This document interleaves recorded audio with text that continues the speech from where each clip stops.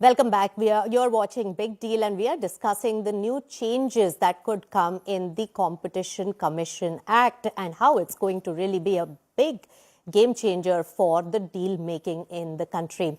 Now, Shweta, we were discussing the deal threshold.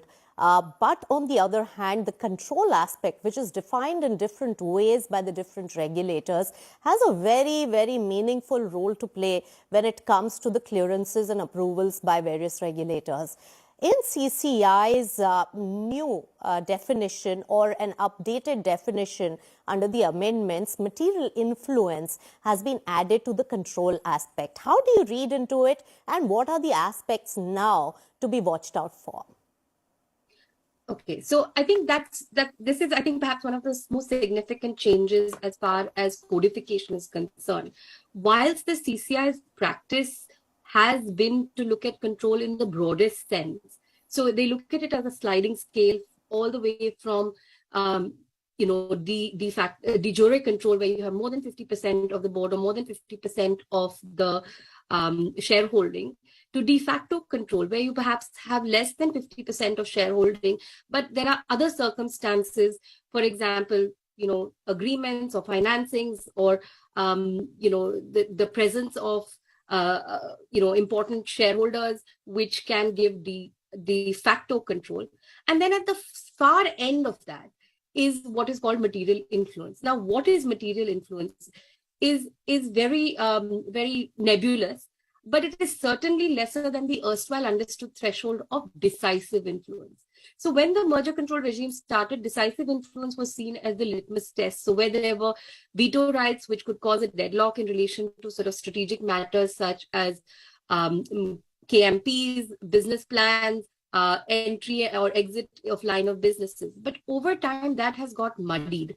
And now this is muddying that a bit further, because it gives the CCI to look at the nature of control as opposed to some objective metrics. Now, in terms of what would be seen as control, there could be multiple aspects. And in some of the cases, the CCI has expressed its view to look at things like the shareholding.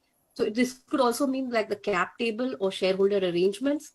It could mean special rights. And these don't necessarily have to be only veto rights in relation to the 3 or 4 decisive influence matters, but could be much broader than that. For example, to include change of auditor or change in the MOA, AOA of the company, which gives the investor the ability to influence the way it is done. Yes. And also to include the status and expertise of an enterprise or a person, where the enterprise holds, where such a person has a great, personality or influence or is an expert, that may be also seen as giving control.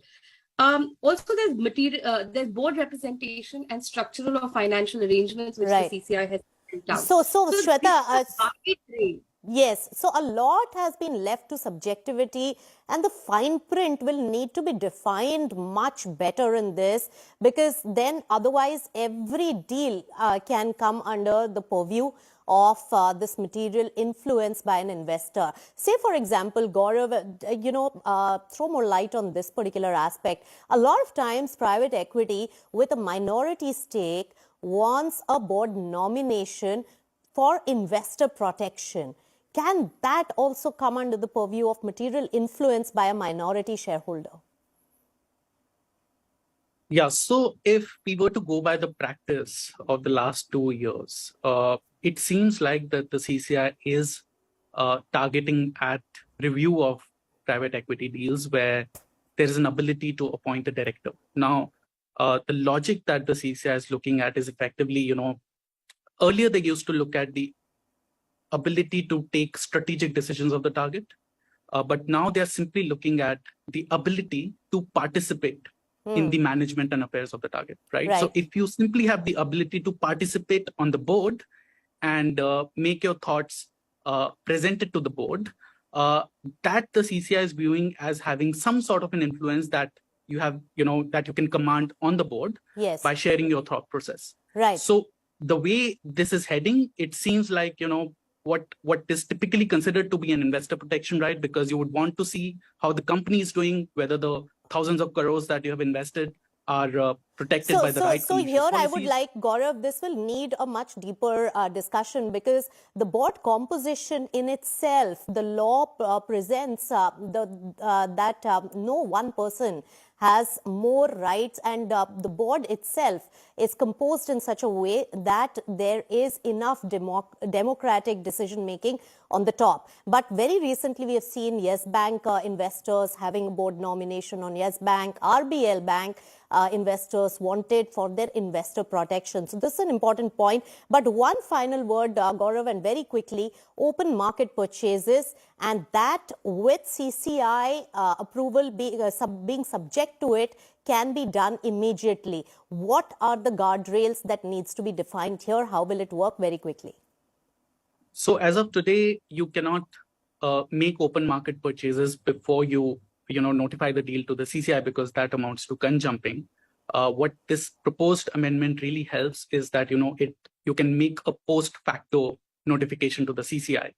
The things to be careful about is to in terms of guidelines, we need to ensure that proper escrow mechanisms have been put in place, and how those escrow mechanisms would work to ensure that the acquirer indeed does not exercise any beneficial rights over the shares that are put into the escrow. Yes. So those kind of guardrails are required to be put in place, because all right, Gaurav. So two law, important takeaways from you, that and CCI has also explained it, that probably the ownership of that particular shares will be in escrow till CCI approval comes, but the transaction can be done at that very moment, so that there is market volatility that can be avoided over a longer period of time. This will require a lot more work also, because if there is a material difference in the way the deal is structured after CCI approval. So thanks, Shweta, as well as Gaurav, for putting a lot of insight into some of those